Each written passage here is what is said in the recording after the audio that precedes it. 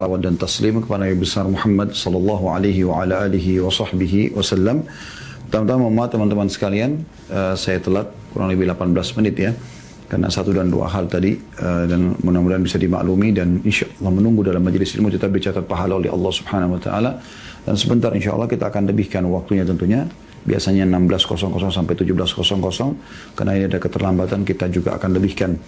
Baik, kita akan masuk teman-teman lanjutan masalah zikir pagi petang.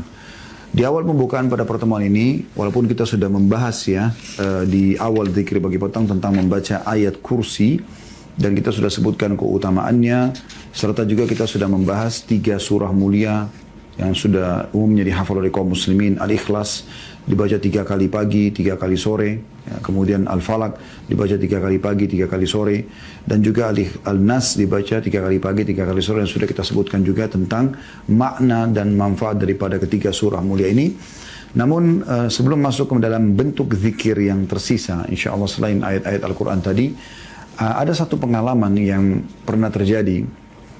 Seorang peruqyah di Saudi menceritakan pengalamannya. Seingat saya penulis buku ini ya, beliau pernah menyampaikan pengalamannya, mengatakan bahwasanya dia pernah meruqyah seseorang, kemudian syaitannya itu atau jinnya pada saat orang itu kesurupan mengatakan, saya bersedia keluar, waktu diusir untuk keluar ya. Dan jadi dia bilang, saya ingin masuk ke badan anda syekh. Kata syekhnya, silahkan, kalau memang kamu bisa silahkan. Maka tiba-tiba orang yang tadi kesurupan itu sadar, dan syekhnya menunggu gitu ya. Tidak ada reaksi apa-apa. Setelah beberapa menit, orang itu kesurupan lagi yang kedua kali. Maka syekhnya kembali meruqyah, kemudian jin yang sama berbicara lagi. Kata syekhnya, kan tadi sudah kamu janji akan keluar, tidak akan masuk ke badan orang ini. Kata jinnya, iya, tapi saya kan minta masuk ke badan anda. Kata syekhnya, saya sudah izinkan. Dia bilang, saya nggak bisa masuk, karena tubuh anda dilindungi oleh zikir pagi petang. Ya. Jadi itu salah satu pengalaman yang terjadi di lapangan tentunya ya. Walaupun sebenarnya tidak ada pengalaman seperti ini, tetap saja kita sebagai seorang muslim dan muslimah yakin tentang keutamaan daripada bacaan-bacaan ini. Apalagi ayat kursi jelas bisa menyelamatkan dari syaitan. Al-Ikhlas pahalanya seperti membaca sepertiga Al-Quran. Al-Falaq menjauhkan dari gangguan seluruh makhluk Allah yang buruk, dari keburukan malam, dari keburukan nenek-nenek sihir, ya, kemudian buruknya iri dengki seseorang. An-Nas menyelamatkan kita dari bisikan jin atau syaitan manusia dan syaitan jin yang membisikkan dalam hati manusia sehingga membuat orang selalu cenderung pada kemaksiatan. Ini semua kemuliaan yang luar biasa gitu. Artinya kita dengan makna-makna ayat-ayat ini sudah tahu kalau kita akan dilindungi dari syaitan. Ya, terlebih lagi dikuatkan dengan pengalaman tadi. Kita akan masuk teman-teman sekalian bagian-bagian bukunya di halaman 77. Zikir setelah membaca 3 surah pendek Al-Ikhlas, Al-Falaq, An-Nas adalah asbahna wa asbahal mulku lillah walhamdulillah la ilaha illallah wahdahu la syarika lah lahul mulku wa lahul hamdu wa huwa ala kulli syai'in qadir. Rabbi as'aluka khaira ma fi hadzal yaumi wa khaira ma ba'dahu wa a'udzu bika min syarri ma fi hadzal yaumi wa syarri ma ba'dahu. Rabbi a'udzu bika minal kasal wa su'il kibr wa Rabbi a'udzu bika min adzabi fin nari wa adzabi fil qabr. Yang artinya, kami telah memasuki waktu pagi dan kerajaan hanya milik Allah. Ya. Di situ ada footnote nomor 96. Kalau pagi kita membaca asbahna wa asbahal mulku lillah, ya. Kalau di sini sore dikatakan kita baca amsayna wa amsa mulku lillah. Karena asbahna artinya kami tiba di pagi hari, kalau amsayna kami tiba di sore hari. Kan kita dianjurkan baca di pagi dan sore hari, ya. Baik. Kami telah memasuki waktu pagi dan kerajaan hanya milik Allah. Begitu juga kalau sore artinya kami telah memasuki sore hari dan kerajaan hanya milik Allah. Ini potongan pertama yang perlu kita syarah atau jelaskan. Dan kita akan terus menjelaskan makna daripada doa ini. Teman-teman sekalian, ini pengikraran tentang bahwasanya kerajaan hanya milik Allah. Dan ini menafikan semua kerajaan-kerajaan selain kerajaan Allah yang disangka oleh sebagian orang dengan adanya dewa-dewa di langit sana. Ada dewa ini, ada dewa itu, yang dianggap semuanya Tuhan. Ya. Dan bagi kaum muslimin tidak ada. Karena konsep dasarnya la ilaha illallah. Artinya la ma'buda bihaqqin illallah. Tidak ada Tuhan. pemilik, pencipta, penguasa, yang menghidupkan, yang mematikan, yang menggantikan siang malam, menurunkan hujan dari langit, kecuali Allah. Ya, Allah lah salah satunya Tuhan dan Dia Maha Esa. Ya, kita sudah jelaskan di makna Qul Huwallahu Ahad. Qul Huwallahu Ahad, katakan, ikrarkan, Tuhan itu Allah Ahad, Esa. Enggak ada yang bersamanya Tuhan lain. Dan Allah mengatakan dalam ayat lain, "Lau kana fihi ma'alihatun illallah la fasadata." Kalau seandainya ada Tuhan selain Allah di alam semesta ini, maka akan rusak semuanya. Ya. Juga dalam ayat yang lain dikatakan, "La dhahaba kullu ilahin bima khalaq wa la ala ba'dhum ala ba'd." Maka setiap Tuhan akan pergi membawa ciptanya masing-masing dan akhirnya ya cekcoklah satu sama yang lainnya. Makanya Allah mengatakan tidak ada Tuhan yang membuat semua alam semesta ini bisa tentram seperti ini, karena tidak ada Tuhan selain Allah. Tidak ada yang menciptakan, yang mengatur kecuali Allah. Ya. Dan kerajaan-kerajaan yang Anda lihat sekarang ini, raja-raja dunia, presiden, apapun julukannya ya, kaisar, ya, dan seterusnya, ini semua hanya status di manusia. Dan itu ada batasannya. Mereka punya batas waktu kerajaannya. Ya. Ada saatnya di mana pasti akan runtuh, ya, akan rubuh, ya, akan hilang, atau akan habis batas waktunya. Kalaupun tidak runtuh kerajaannya. Sebagaimana kita tahu di masa sekarang kepresidenan ada periodenya ya, 5 tahun, 10 tahun gitu kan. Atau 5 tahun kemudian ada pemilihan ulang, jadi 2 periode maka selesai gitu kan. Tapi kerajaan Allah SWT kekal, abadi selamanya. Sudah ada sebelumnya dan tidak akan pernah ada akhirnya. Gitu kan? Dan Allah Subhanahu wa Ta'ala telah memberikan kerajaan yang terbesar bagi hambanya di muka bumi adalah kerajaan Sulaiman alaihissalam.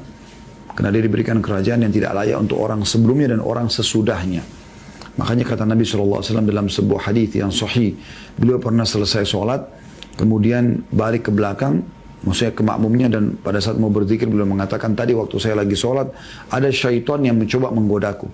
Maka aku menangkapnya. Bagaimana Allahu alam? Itu rahasia Allah SWT. Tapi Nabi SAW menangkapnya. Nah pada saat Nabi SAW menangkapnya, kata beliau, saya pun ya tiba-tiba teringat permintaan saudaraku Sulaiman agar diberikan kerajaan tidak layak untuk orang sebelum dan sesudahnya. Maka aku pun ya melepaskannya. Tadinya aku niat ingin mengikatnya di sebuah pohon di Madinah agar anak-anak kecil Madinah mempermainkannya. Ya. Dan itu menandakan memang ada kerajaan yang besar dimiliki oleh Sulaiman alaihissalam. Dan bagaimana digambarkan Sulaiman alaihissalam dalam Al-Quran ya, dia bisa punya pasukan dari hewan-hewan, dari manusia, dari jin gitu kan. Dan Anda bisa baca dalam kisah surah An-Naml menceritakan tentang masalah pasukan besarnya melewati sebuah lembah semut. Dan sekian banyak dalil yang menjelaskan masalah itu. Juga ada hadis tentang pembangunan Masjid Aqsa.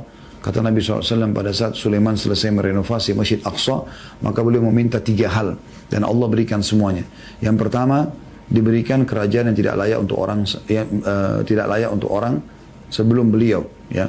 Kemudian yang kedua minta agar apa yang beliau putuskan di kerajaannya sudah sesuai dengan keputusan Allah, dan yang ketiga minta agar tidak ada orang yang sholat di Masjid Aqsa wajib ataupun sunnah kecuali dikembalikan seperti baru dilahirkan oleh ibunya. Tapi saksi bahasan kita memang beliau SAW atau alaihi salatu wassalam meminta agar diberikan kerajaan tidak layak untuk orang sebelum dan sesudahnya.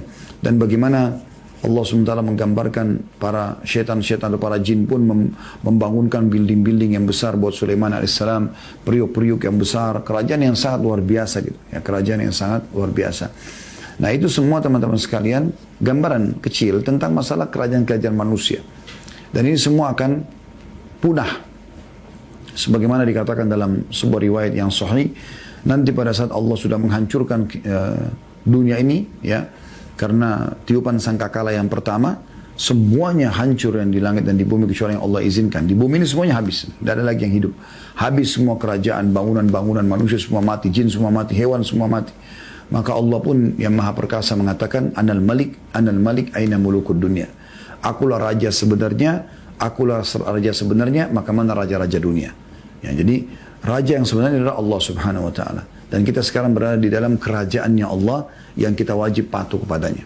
Nah ini poin yang berhubungan dulu, poin pertama atau potongan pertama dari doa ini yang kita bisa ambil. Sisi yang lain yang kita bisa pahami dari makna ini adalah, kalau seseorang menanamkan dalam dirinya di pagi dan sore hari, kalau ternyata dia di bawah kerajaan Allah, ada raja yang sebenarnya, gitu kan? Di sini dikatakan kami telah memasuki waktu pagi, kalau sore kami telah memasuki sore hari, dan kerajaan hanya milik Allah. Artinya apa? Dia tidak akan pernah takut, tidak akan pernah bergantung, ya, tidak akan pernah tunduk kecuali kepada Allah Subhanahu wa taala. Makanya dalam kaidah syariat Islam jelas, apapun yang diputuskan oleh raja-raja dunia selama sesuai dengan hukum Allah kita wajib patuhi. Masuk dalam umumnya firman Allah Subhanahu wa taala, "A'udzu billahi minasyaitonir rajim, ya ayyuhalladzina amanu atti'ullaha wa atti'ur rasulahu wa ulil amri minkum."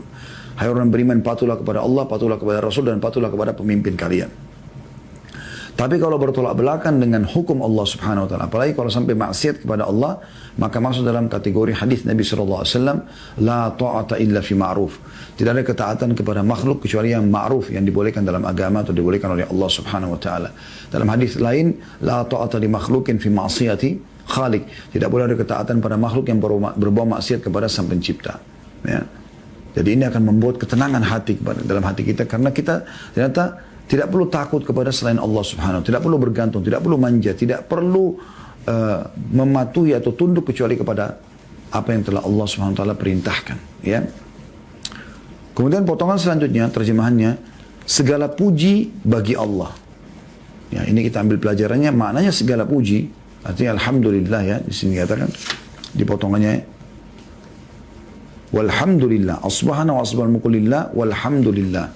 Makna alhamdulillah, segala puji yang baik dan terbaik hanya untuk Allah. Allah tidak punya sifat yang kurang, ya, yang buruk. Allah selalu baik, ya. Makanya dikatakan dalam sebuah hadis yang sahih, kata Nabi SAW, Inna Allah tayyibun la yakbalu illa tayyiba. Allah itu sempurna, baik, ya. Semua puji-pujian yang terbaik padanya dan tidak akan menerima kecuali yang baik pula. Allah punya nama-nama dan sifat-sifat yang mulia, semuanya jauh dari keburukan, semuanya jauh dari kekurangan. Ya, makanya kita untuk pelajari di ayat kursi, ya, salah satu kekurangan manusia adalah mereka mengantuk dan tidur, kan? Karena dengan itu mereka tidak bisa beraktivitas, mereka butuh untuk, ya, memperbaiki organ-organ dan sel tubuhnya, gitu kan?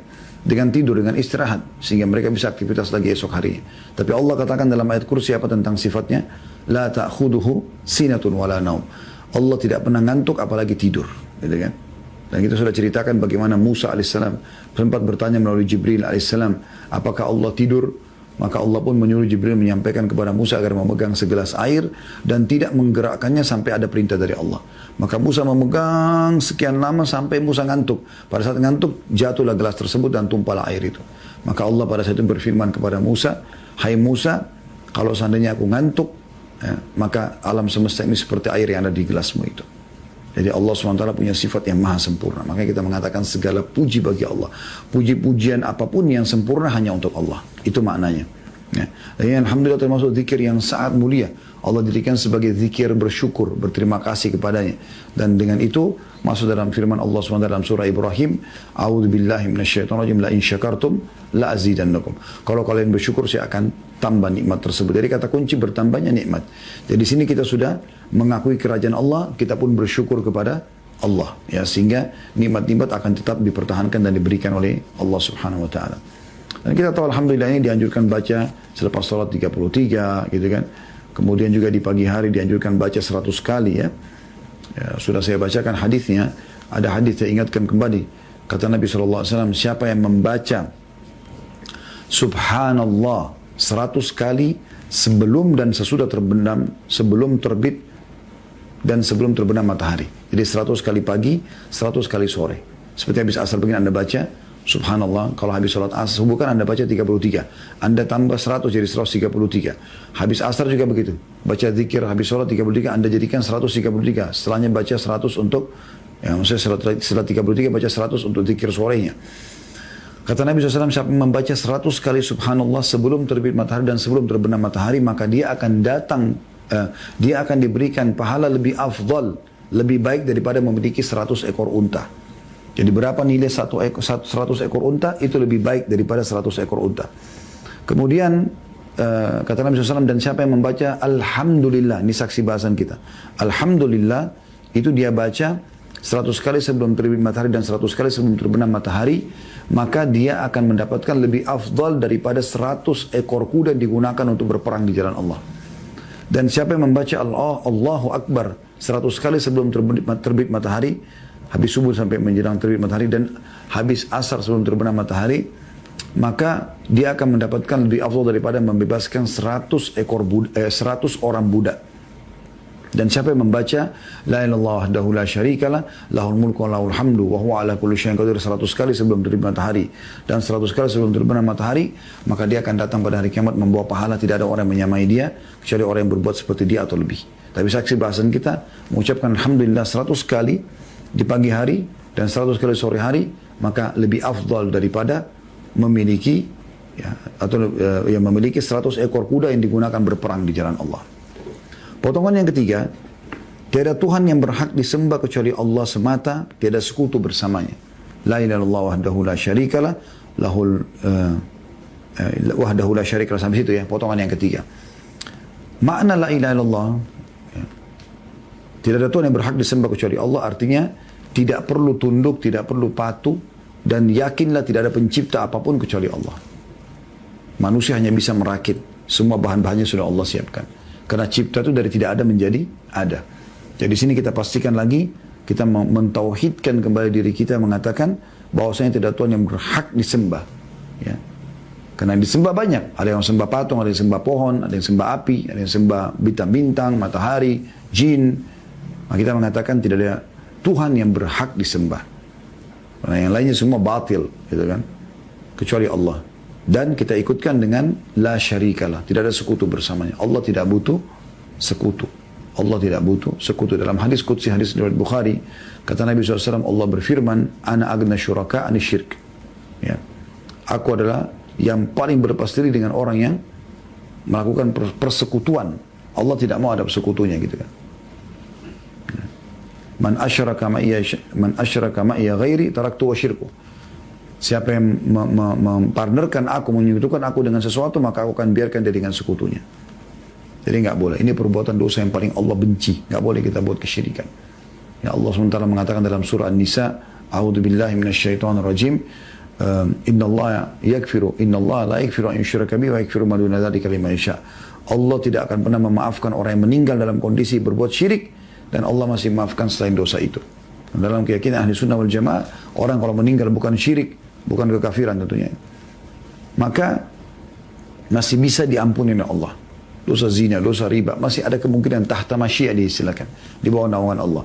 Tentu dia terancam, bisa dihukum, bisa dimaafkan, bisa dihukum. Tapi kalau syirik, Anda meninggal berbuat syirik, dukun-dukunan, ya, terutama yang dukun yang paling banyak ini, ya, berbuat kesyirikan, ya, atau menggunakan benda-benda, ya, yang dianggap jimat, sebagaimana kata Nabi SAW, man 'allaka tamimatan faqad asyrak. Siapa yang menggantungkan jimat di tubuhnya, maka dia telah berbuat kesyirikan. Maka kalau dia meninggal tidak sempat taubat, maka ini sudah tidak akan diampuni oleh Allah Subhanahu wa taala. Potongan keempat, ya. Lahul mulku wa lahul hamdu wa huwa ala kulli syai'in qadir. Miliknya lah kerajaan semesta ini. Itu sudah kita jelaskan ya di potongan awal. Artinya tidak ada kerajaan kecuali, tidak ada raja yang sebenarnya kecuali Allah. Yang lain ini hanya makhluk dan hanya status biasa saja, dan akan habis masa kekuasaannya gitu. Kemudian dikatakan segala puji hanya baginya. Ini juga sudah kita jelaskan dalam makna alhamdulillah. Ya. Kemudian ada dikatakan dan dia maha kuasa atas segala sesuatu. Ini maknanya dalam sekali. Artinya apapun dikuasai oleh Allah Subhanahu wa taala. Tidak ada yang tidak dikuasai oleh Allah. Semua ini di bawah kekuasaan Allah Subhanahu wa taala. Kalau ada orang yang Anda ingin supaya dia menikah dengan Anda, supaya dia berbisnis sama Anda, supaya dia apa saja, ya, selama itu baik, Anda bisa mohon kepada Allah, karena Allah pemiliknya dia. Istri Anda masih jauh dari hidayah, suami Anda masih jauh dari hidayah, anak-anak Anda jauh dari hidayah, teman-teman, kerabat, orang tua, siapa saja, minta kepada Tuhannya agar Allah memberikan hidayah kepada dia melalui tangan kita, ya. Ya, itu yang bisa kita lakukan, karena dia pemiliknya ada Allah Subhanahu wa taala. Banyak manusia berusaha berikhtiar tanpa melibatkan Tuhannya. Ini keliru. Allah menyuruh kita melibatkan dirinya di setiap keadaan kita, yang baik-baik tentunya, ya. Kalau maksiat Allah sudah larang, tapi kalau ibadah, libatkan Allah Subhanahu wa taala. Kenapa kita tidak libatkan Allah? Sebelum melakukan sebuah aktivitas yang baik, Allah sudah suruh kita berdoa. Keluar rumah baca doa. Maksudnya libatkan dulu Allah. Mau makan baca doa, mau minum baca doa, mau masuk rumah baca doa, masuk masjid baca doa, ya, masuk kamar mandi baca doa semua. Libatkan Allah dulu. Maka ini maknanya. Karena Allah maha kuasa atas segala sesuatunya. Termasuk kalau ada yang buruk yang anda khawatirkan di depan anda. Allah maha kuasa. Sejahat apapun makhluk itu. Manusia kah, jin kah, hewan kah. Semuanya. Bahkan fenomena alam, bencana alam, banjir. Semua makhluknya Allah subhanahu wa ta'ala. Tidak ada yang mustahil. Allah maha kuasa atas segala satunya. Ala kulli syai'in qadir, artinya Allah maha kuasa atas segala sesuatunya. Potongan yang kelima teman-teman. Rabbi as'aluka khaira hadzal yawm wa khaira ma ba'dahu. Ya Allah, aku memohon kepadamu semua kebaikan hari ini dan kebaikan yang sesudahnya. Makna semua kebaikan, kesehatan, kekayaan, keselamatan, kemakmuran, semua. Bahkan masuk dalam maknanya juga orang kalau sakit, sudah dengan doa ini, dia minta supaya disembuhkan, dia berutang minta supaya dilunasi. Masuk dalam masalah ini, kebaikan semua. Apakah kebaikan itu dalam tetap mendapatkan nikmat itu, atau selamat dari sebuah keburukan, itu semua kebaikan. Kita minta pada hari itu. Dan kebaikan sesudahnya, artinya hari-hari sesudahnya pun tetap saya minta. Gitu. Selama saya masih hidup. Ini potongan yang kelima. Dan ini maknanya dalam juga, yaitu semua kebaikan kita minta Allah berikan kepada kita. Potongan yang keenam, wa'udhu bika min syarri hadzal yawm wa syarri ma ba'dahu. Dan aku berlindung kepadamu dari keburukan hari ini dan keburukan sesudahnya. Semua yang buruk kita berlindung kepada Allah. Dari pagi hari. Makanya teman-teman baca zikir pagi selepas sholat subuh. Baca zikir sore selepas sholat asar. Supaya apapun yang kita butuhkan. Kalau kita zikir pagi sampai menjelang sore sudah terpenuhi. Kebaikan semua kita dapatkan, keburukan semua kita terlindungi. Kan begitu. Jangan baca nanti sudah mau zuhur, sudah mau asar. Walaupun ini masih bisa. Tapi lebih baik Anda baca di pagi hari. Kalau pagi hari Anda dapatkan keutamaannya dan dapat juga manfaat dari doa itu. Tapi kalau Anda baca sore hari, Anda cuma dapat keutamaannya. Manfaatnya mungkin sudah lewat. Seperti misalnya dia minta kebaikan hari itu. Sudah masuk sore hari. Dia harus baca zikir sore lagi kan gitu. Maka ini hal juga yang perlu digarisbawahi. Ini penting untuk kita minta jauhkan dari semua keburukan. Begitu juga dengan keburukan sesudahnya. Keburukan apapun itu. Kita berlindung kepada Allah SWT dari semua keburukan. Potongan yang ketujuh teman-teman sekalian. Rabbi a'udhu bika minal kasal. Ya. Ini potongan ketujuh. Ya Allah, aku berlindung kepadamu dari sifat malas. Ya. Dan ini penyakit jiwa yang tidak boleh ada dalam jiwa seorang mukmin dan mukminah. Kita nggak boleh malas. Ya. Malas dalam ibadah, malas dalam beraktivitas, tidak boleh. Malas ini bagian daripada yang dimohon oleh Nabi SAW agar diselamatkan beliau darinya. Dalam doa masyhur gitu kan. Allahumma a'udzubika minal jubni wal bukhl Allahumma a'udzubika minal kasali wa su'il kibri. Ya, di sini di doa ini, ya Allah, aku berlindung kepadamu dari sifat malas dan usia yang tua. Ya. Dan bagaimana Islam dikenal sebagai agama yang bergerak, agama yang menolak semua sifat menunda-nunda pekerjaan. Malas lah intinya, nggak boleh malas. Islam tidak mengenal itu. Bergerak sendiri, beraktivitas. Darurat butuh bantuan orang, minta orang, tapi kita bergerak. Ya, ini nggak boleh ada dalam sifat seorang mukmin. Orang mukmin selalu bergerak. Ya, saking besarnya motivasi dalam Islam sampai kata Nabi SAW, kalau di tangan kalian ada di tangan salah seorang dari kalian ada bibit tanaman dan dia tahu besok terjadi kiamat, tanamkanlah, tetap tancapkan karena optimis. Ya. Dan bagaimana itu menandakan kita tepis semua sifat malas untuk menunda-nunda pekerjaan, kayaknya sudah terlambat, kayaknya sudah begini. Ini nggak ada kata terlambat. Saya dulu melihat sendiri di depan mata saya teman saya namanya Abu Bakar, ya, orang dari Senegal, kulit hitam, orang dari Afrika. Masya Allah dia selesaikan sampai S3-nya di Madinah gitu. Teman dekat saya, kebetulan satu kelas sama saya dari S1, ya. Maka di S1-nya itu dia termasuk mahasiswa yang paling telat datang. Mungkin kuliah sudah berjalan 2 bulanan sepertinya. Dia baru datang dari negaranya gitu. Tapi saya lihat depan mata kepala sendiri, dia dari awal datang, teman-teman sekalian, baru masuk kelas, tidak pakai kenalan sama kami. Kenapa pas dia masuk ada dosen gitu. Dia udah bawa buku kertas, tulis satu dan dengan pulpen. Lalu kemudian apa yang dosen bilang ditulis sama dia. Saya masih ingat betul, dikenal dengan Abu Bakar Senegal gitu, dari Senegal, beliau dari Afrika. Masya Allah, dia Tidak mengatakan, oh saya sudah terlambat nih, sudah 2 bulan. Nah, dia nggak peduli dengan itu. Sekarang ke depan. Nanti kemudian yang 2 bulan itu dia pelajari setelah dia pulang ke rumah, ke asrama. Itu luar biasa. Dan dengan rajinnya dia itu, akhirnya dia jadi mahasiswa prestasi di kelas. Walaupun dia sudah telat 2 bulan. 2 bulan itu bukan waktu sedikit, kita tiap hari kuliah. Satu pekan 5 hari. Waktu itu kami libur Kamis dan Jumat gitu kan. Jadi mulai dari Sabtu, Ahad, Senin, Selasa, Rabu itu 5 hari kita kuliah. Di Saudi waktu itu liburnya, waktu kami ya, di angkatan kami itu, liburnya Kamis dan Jumat. Sekarang kalau nggak salah ada perubahan sedikit. Tapi yang jelas, saya lihat orang ini, cuma dia pulang, lalu dia ikutin apa yang tertinggal 2 bulan itu tersebut. Lalu kemudian dia minggu depan, beberapa pekan ke depan itu dia sudah bisa ikutin semua pelajaran. Dan uniknya, pernah satu kali, pas kami mau ujian akidah waktu itu, ada syair yang sempat saya hafal waktu itu tentang syarat la ilaha illallah. Wa fi syurutin sabatun kad kujidat wa fi nusus hakun waradat. Ada cukup panjang syairnya, mungkin sampai 7-8 bait gitu kan, berbaris. Intinya teman-teman sekalian, saya pas berdiri depan fakultas kami, fakultas dakwah, Abu Bakar datang, tegur saya gitu, sapa saya. Setelah salam dia bilang, Khalid, ada lagi nggak yang bisa kau tambahkan ke saya ini? Mau ujian nih. Sebentar lagi masuk kelas nih. Sebentar lagi masuk kelas. Kemudian saya katakan, apa kau sudah hafal syair ini? Dia bilang belum. Saya bilang coba hafal. Subhanallah, dia berdiri di situ. Mungkin cuman 3-4 menit. Saya ucebutin, dia hafal. Pada saat masuk kelas, betul-betul keluar. Dan itu nilainya 15. Ya, besar sekali nilainya gitu. Nilai daripada syair itu. Seingat saya itu antara 7 sampai 15. Tapi ada nilainya tinggi. Subhanallah, saya tiba-tiba mengatakan, ya Allah berikan taufik kepada Abu Bakar ini.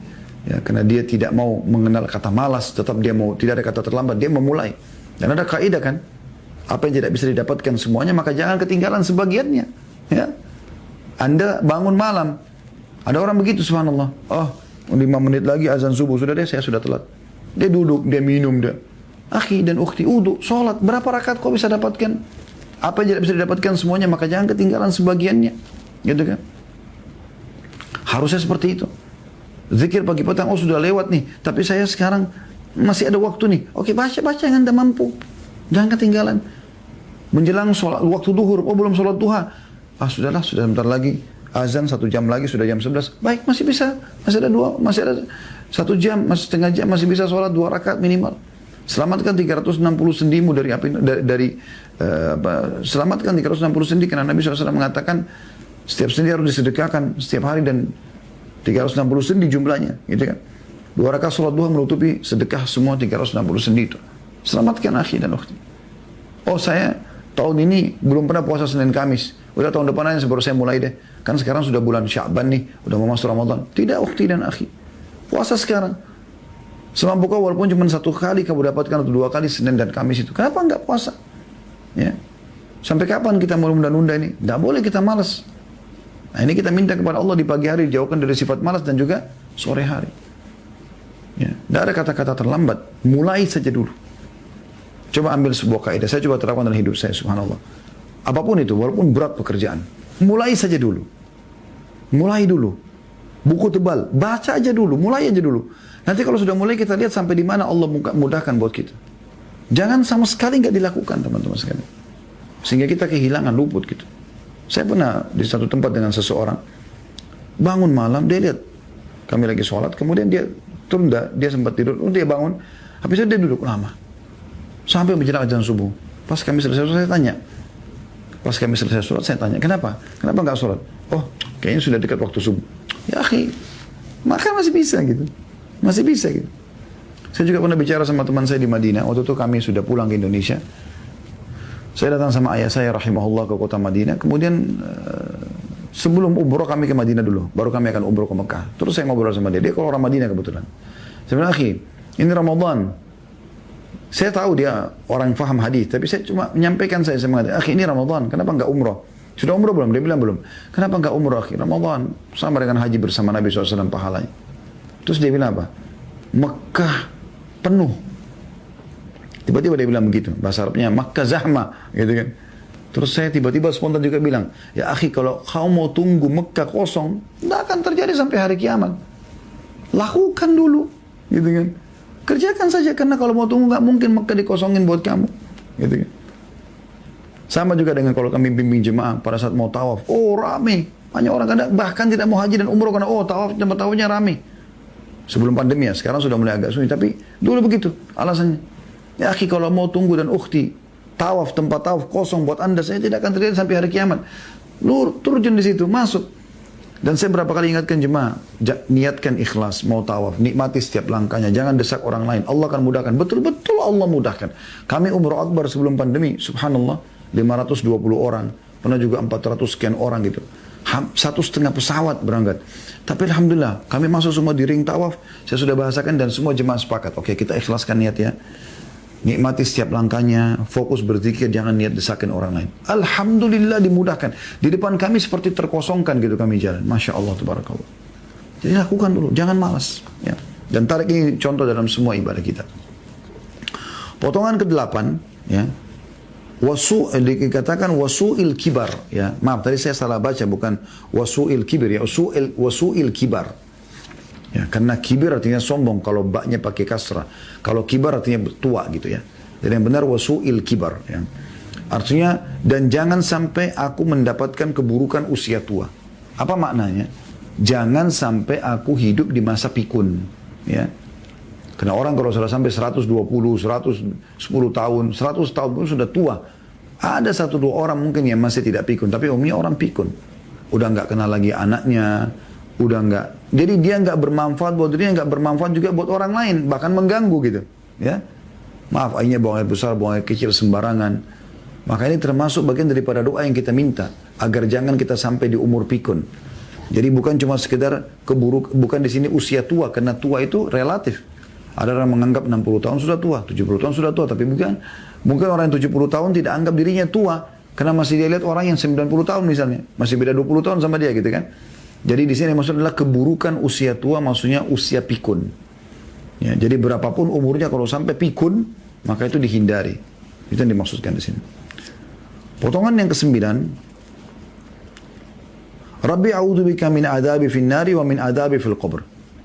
Ya Allah, aku berlindung kepadamu dari siksa api neraka dan siksa kubur. Ini tidak kita panjang lebar lagi jelaskan karena masalah neraka sudah panjang lebar kita jelaskan 32 pasal pada pertemuan yang lalu ya.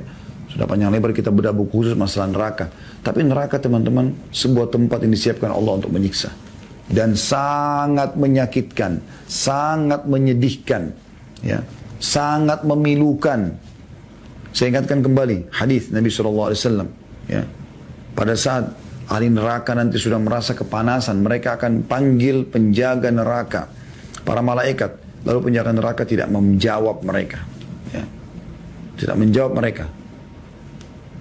Setelah dijawab pun, ya, sekian puluh tahun dijawab, malaikat mengatakan tidak perlu, kalian tidak ada tempat untuk lari, kalian tidak akan disiksa. Lalu mereka memanggil Tuhan mereka Allah. Lalu Allah pun tidak menjawab mereka seumur dunia. Berapa miliar tahun itu? Setelah itu pun Allah mengatakan dalam surah Al-Mu'minun, qala khsa'u fiha wa la tukallimun. Kalian akan kekal dalamnya, kalian akan terhina dalamnya, kalian akan tersiksa di dalamnya. Dan jangan pernah kalian berbicara denganku, kata Allah. Maka pada saat itu kata Nabi SAW, mereka saking sedihnya dan sudah capek menangis ini, keluarlah di tempat air mata mereka darah. Wa na'udzubillah. Itu neraka. Kenapa? Hanya karena riba, hanya karena menipu, hanya karena berbohong, hanya karena mencuri, hanya karena zina, hanya karena ini dan itu. Kenapa? Kenapa harus dilakukan? Kenapa enggak yang halal aja? Kenapa enggak kerja yang halal? Kenapa enggak biologis yang halal? Kenapa yang enggak halal semuanya? Itu ada solusinya. Kecuali Allah tidak memberikan kita solusi, teman-teman. Allah misalnya membuat kita punya keinginan makan daging. Tapi Allah mengharamkan semua daging. Enggak boleh dimakan daging semuanya. Maka itu lain. Kita enggak mungkin bisa buat apa-apa. Tapi kan ini tidak. Allah berikan kita syahwat daging. Allah halalkan kita. Semua hewan darat. Semua hewan laut halal, air. Semua hewan darat yang tidak bertaring, ya, halal, ya. Sapi, kambing, kelinci, ayam, dan juga selain babi. Babi juga haram. Yang itu halal, gitu kan. Kemudian juga udara, yang hewan burung yang mencengkram seperti elang dan segala macam, itu yang dilarang. Yang lainnya boleh dimakan, burung merpati, ya, misalnya angsa dan seterusnya. Nah ini Ada solusi, bukan tidak ada. Allah larang, berikan kita syahwat suka dengan lawan jenis. Allah berikan kita pernikahan, solusinya ada.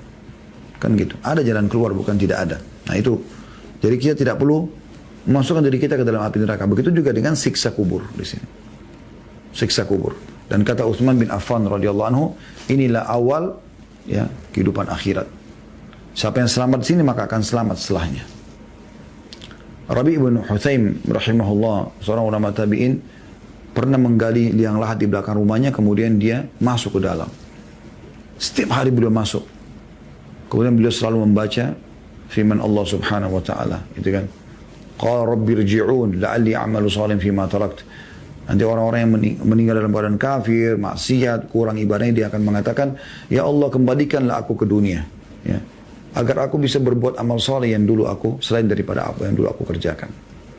Tapi sudah tidak ada manfaatnya, maka dia mengatakan, wahai Rabbi, ya, perbanyaklah ibadah, paksakan dirimu ibadah sebelum datang waktu penyesalan.